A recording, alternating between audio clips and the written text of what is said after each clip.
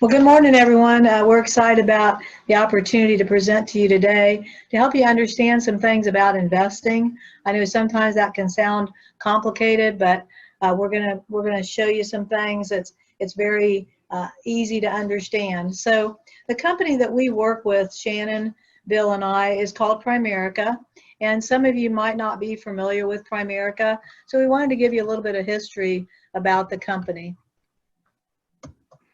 All right, so Shannon is not wanting to advance. Enter. Give us just a second here. But anyhow, Primerica, to give you some history, Primerica actually started in 1977. So we've been around for 43 years. We do have offices in every state and all throughout Canada. We are the largest financial services marketing organization in North America. And something pretty exciting happened in 2010, and that is that we became a publicly traded company listed on the New York Stock Exchange under the symbol PRI. So we're not a small company by any means, with offices in every state, all throughout Canada, over 126,000 licensed representatives that work with us. And something that we're really proud of, just recently, we were named to Fortune magazine's 2000 Fortune 1000 companies. So, you know, we're excited about that. Bill and Shannon are going to share some things with you today that I think will be very eye-opening. So I'm going to turn it over to them. They're great presenters. So let's hear it for Bill Furay. All right. All right. Thanks, Beverly. So one of the things we take a lot of pride on here at CUMSA, that's my high school, at Primerica is we like to teach, okay? And so what we're going to do this morning is take you through what we basically sit with our clients and explain to them, okay? So as you can see there, most Americans today are living in a debt cycle versus a cash cycle, okay? And one of them, as I mentioned before, one of the most important things that we do is the basics of investing. A lot of people do not invest. And so we want to share some of those concepts with you right now. And I hope you understand and how we're helping people with retirement and how easy it is, really. So what we really focus on is teaching the fundamentals of money, how money works. And one of the greatest parts of that is we teach the basics of investing. So as we go through this, we're going to share some concepts, and the majority of Americans obviously are in a debt cycle, especially now with what's happening in furloughs and unemployment, layoffs with the virus. A lot of people have been making up, you know, taking money from here or just adding to their credit cards, okay? So they're in a debt cycle. They don't know where the money's going. They haven't saved. They're living paycheck to paycheck. So our solution to that is 3 steps, okay? Step 1 is learn how to invest, and that's why we're here. You want to learn how to pay yourself first. I don't know if you've ever heard that phrase before, pay yourself first. We'll go through that here. You want to set up 3 fundamental accounts. Step 2, you want to accelerate paying off your debt. And so you want to set up a debt stacking program, or I don't know if you've ever heard it called snowball, okay? And of course, step 3, what we're going to do there is ensure your income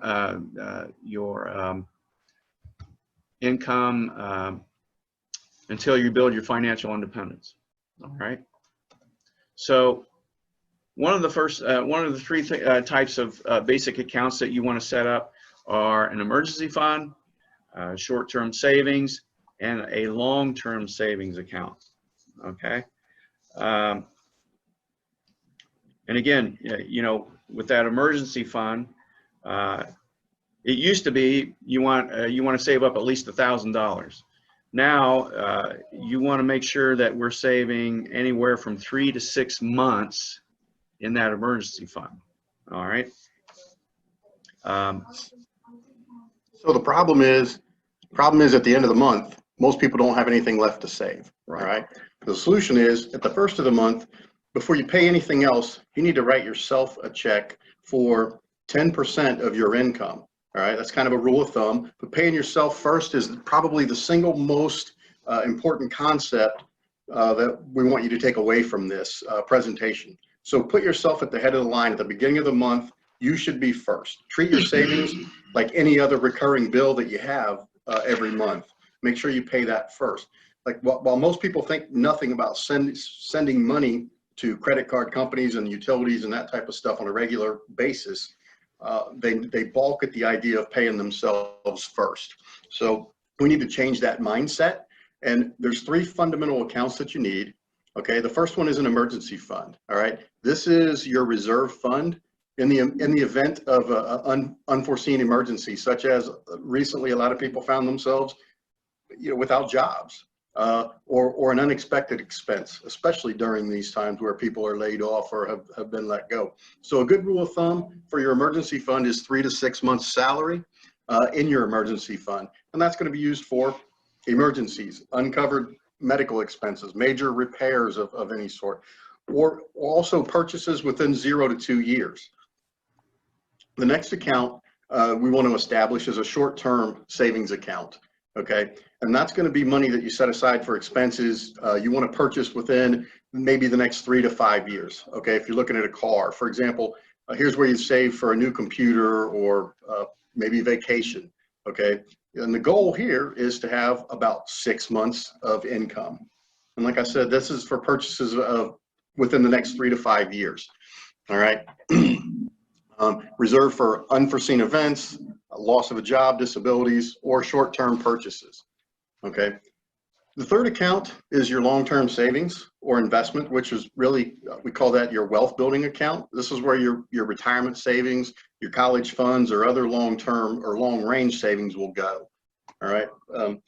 Because these savings have more of a long-term horizon to them, you can use investment vehicles with potential for a higher rate of return, or such as mutual funds. Okay, but this is where, like, again, this is going to be your retirement funds, your Roth or your traditional IRA, 401k, anything like that. And with pensions disappearing today, people are now relying on their own savings, and that's going to be a big part of how you retire and the way you retire financially independent. So those are the 3 fundamental accounts that we need. Bill, next. All right. So when it comes to, a good rule of thumb when it comes to paying yourself first is, we said 10% is a good rule of thumb. Okay. And of that 10%, so let's say you make $4,000 a month. So 10%, so you should be setting aside $400 a month to pay yourself first. Okay. 50% of that, so $200 of that should be put into your emergency fund until you get that built up to the level that we need, or the level we want it to be. Okay. And typically you're going to use a money market fund for that. Then 25% will go to a short-term account. Okay. And then another 25% will go, or the other 25% will go into your wealth building account. Okay. With something with a growth allocation, something that's going to get you a higher rate of return, because that's essentially going to be your retirement assets. So those are the 3 fundamental accounts that everybody should have. But if you have those habits down of putting into these accounts each month, the next step will be easy to achieve and help you become debt free.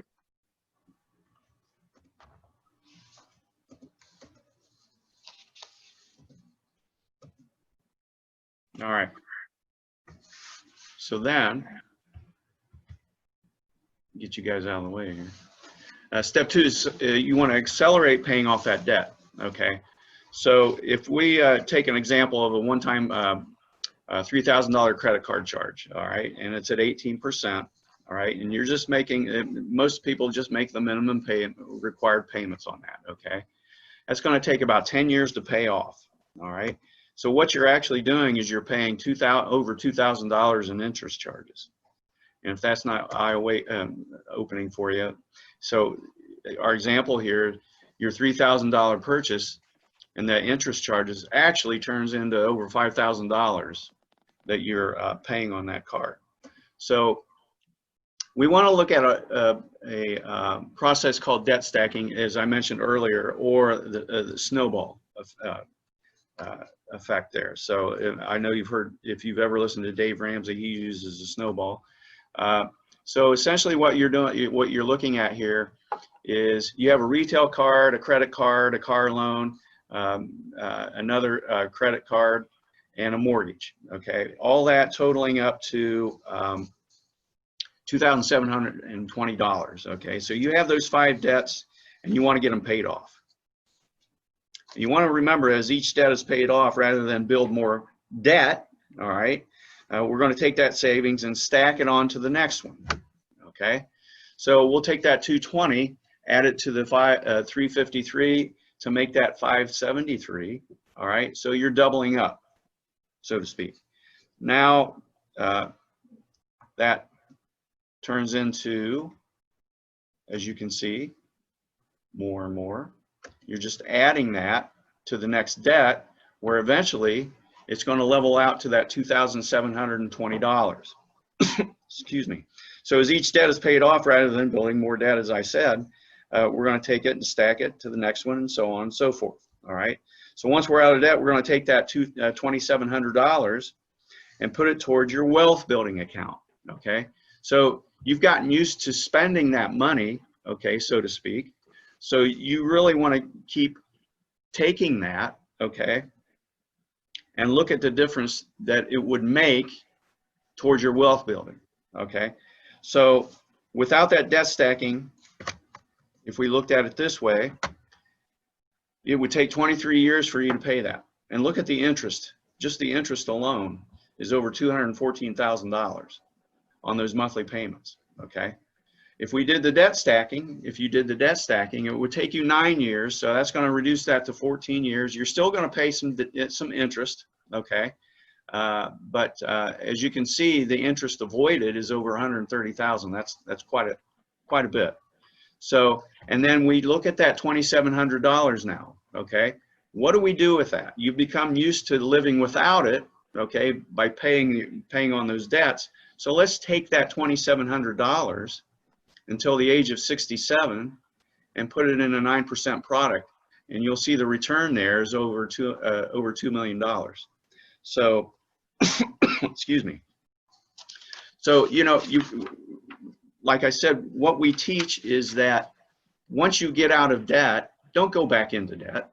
And once you get out of debt, take the money that you were spending on the debt and invest it in your future, invest it in your wealth, okay? And that brings us to the third step. So the third step, step 3, protecting your income. So now the third area, which is protecting your income, we teach the best concept for protecting your income, called buy term and invest the difference. If you're familiar with maybe Dave Ramsey, Susie Orman, Clark Howard, if you're familiar with any of them, they say term insurance is the only insurance that you should have. So we're not going to go into the specifics between the different types of insurance, only that term insurance provides a better value for your money because you get more coverage for less money. And by taking the difference and saving and putting that into your retirement assets, you can help build your retirement assets a little bit faster. Okay, next. So the purpose of life insurance is to protect against the loss of income. Okay, if you have income and someone depends on that income or depends on your income and something happens to you and you go away, or you pass away prematurely, not only do they lose you, they lose that income also. So that's the purpose of it, is to look after your family in the event that something devastating happens to you. But we teach a concept called the theory of decreasing responsibility, which is when you're young. If you look here, you see when you're young, you have young children, higher debt, maybe a mortgage, whatever, and a loss of income would be devastating. So you want to get the most coverage for the lowest cost so you can get aggressive in paying off debt, because when you move toward retirement in the later years, you need money for retirement. Okay, and one way to help you build up those assets is that low cost insurance. And those 3 fundamental accounts, okay, so by retirement, your kids are grown, debts are paid off, you're self-insured, and eliminate the need for life insurance. So the most important thing is to have income protection. Okay, what we really want people to know is that it's important to have coverage separate from work. Okay, because when it comes to group coverage through work, what many people don't know is you lose, if you lose or leave your job, or you're laid off or on disability and you're not on the active work roll and something devastating happens, they're not protected. All right. So, and I just want to follow up a little bit with what Shannon said there as far as group plans go. You know, I would like to challenge everybody that may watch this later on. If you're currently in a group plan, go to your employer, go to Human Resources, ask them for a copy of the policy, and see what happens there. Usually what you'll get is just a single sheet of paper stating how much you're covered for. You're not going to know what's in the plan, how you're covered, how the family's covered, you know, and things like that. You're just going to get a basic, this is what you get, all right?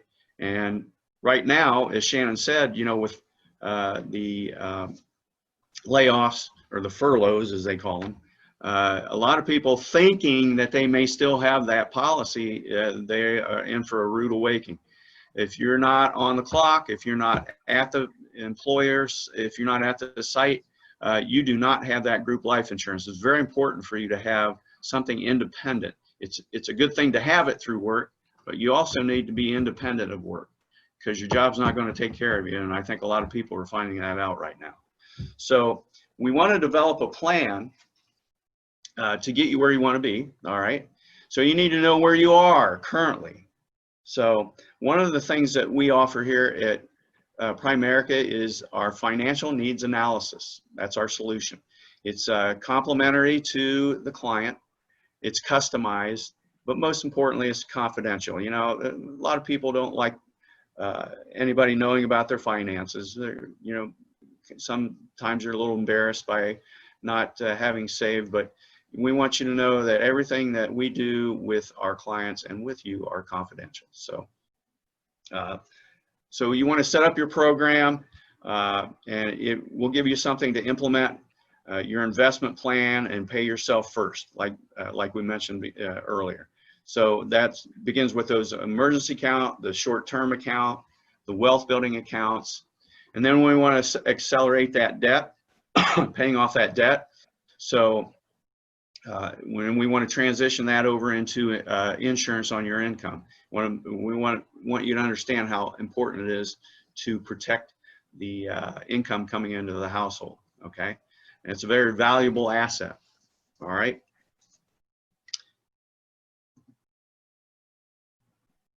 So one of the biggest rules one of the biggest concepts that we like to teach people is something called the Rule 72, okay? If you're not familiar with it, basically it's a simple calculation that tells you the approximate number of years it'll take for your money to double, okay? And the way it works is, if you divide the number 72 by the interest that you're earning, that's how many years it'll take your money to double. So if you had $10,000 in the bank earning 3%, okay, 72 divided by 3, that money's going to double every 24 years, okay? And at the end of, Bill, at the end of 48 years, sorry about that, that money's going to grow to $40,000. So it's only going to double every 24 years. But if you put that money someplace where you can earn 6%, now that money doubles every 12 years. And at the end of that same 48-year period, you have 160,000. But if you put that money someplace where you could earn 12%, now 72 divided by 6, that money doubles every 6 years. And over that same 48-year period, look at the difference it makes, okay? So a lot of people are not familiar with this. So the question is, how do you win a game if you don't know the rules? The odds are you can't. And who would benefit from learning this rule? Most likely everybody. Because what's happening is when we put our money in a bank, the banks use our money, okay? And they earn 12% and they pay us the 3% in. So it's a good rule for people to learn, and you can skip over that. Next, you can go on. oh yes. All right, so today we're going to have a little fun here, and I'm going to teach Shelby how to invest. Shelby, are you currently investing? Yeah. You are? Good girl. All right. Thank you. Do you like cows? No? You don't? No. Oh, come on. Unless Say it's a yes. cash cow. Yes, I like cows. Yeah, unless it's a cash cow, huh? All right. Well, today, what we're going to do today, Shelby, is I'm going to work with you, and we're going to buy cows, okay? And we're going to do it for a 6-month period, okay? And you're going to invest $100 a month with me, and we're going to purchase some cows. So the first month, the price of cows is $100. So how many cows do we get? Well, it says 1. Okay. So our second month, you give me another $100. Okay. You say, okay, Bill, take care of me. Now the price of cows goes down to $50. So now we get 2 cows, and you know, already I know you don't like cows. So you're kind of saying, okay, well, Bill, what am I going to do with 3 cows? My goodness. So say, well, you know what, Shelby, just bear with me a little bit. You know, you can sell a lot of milk, make a lot of cheese, Feedback. start a little side business. You're not Yeah. laughing about that. So,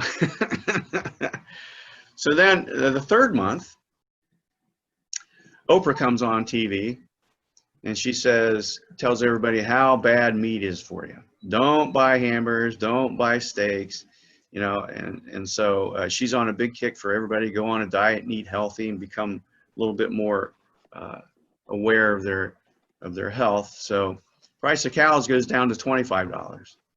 And at this point, now we buy 4 more cows with that, and you got a backyard full of 7 cows. And they're mooing all night, and you're not feeding them, and keeping the neighbors up. And all of a sudden, at 2 o'clock in the morning, you give me a call and say, Bill, I'm getting tired of these cows. I want my money back. I say, well, Shelby, I'll tell you what, you promised that you would stick with me on this. Okay.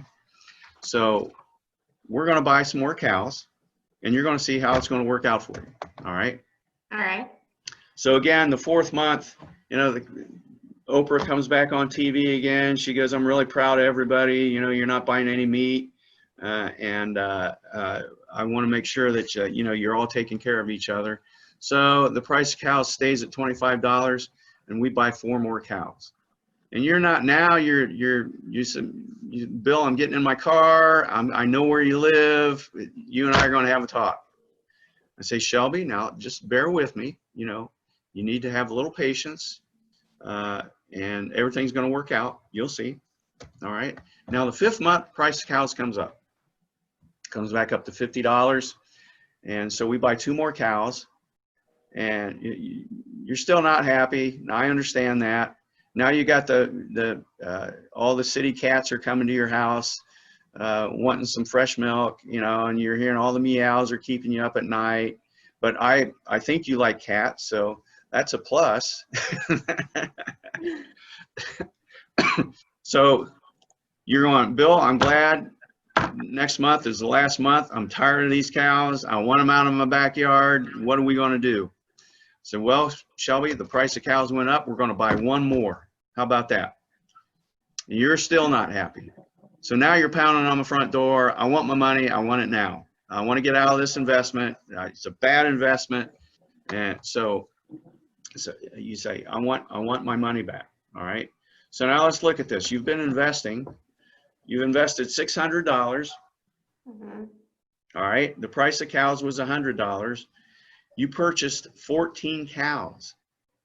I say, Shelby, I'll give your money back plus a little bit more. How's that sound? Sounds great. That sounds great, doesn't it? It's called cash cow. All right. So the value is not $1,400, is $1,400, not $600, which you initially invested. Okay. So this is the power of dollar cow averaging, or dollar cost averaging.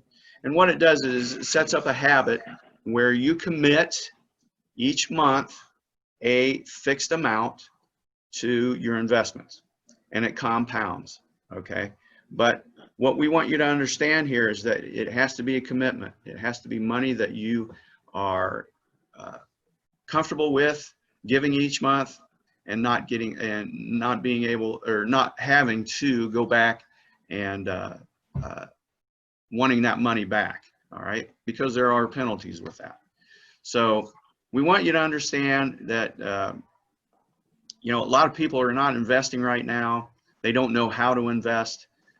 This is one example. It's a fun example of how you can take a fixed amount, as I said before, and put it into a safe investment product, okay? I think the most important thing to understand here is that just because the price is down doesn't mean you're losing money. Because like right now, when the price goes down, everything is on sale. It's like Black Friday.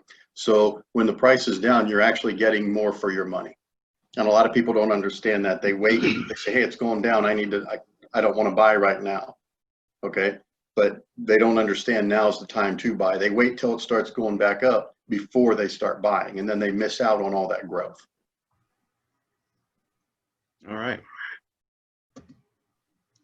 So I'm going to turn it back over to Shannon here.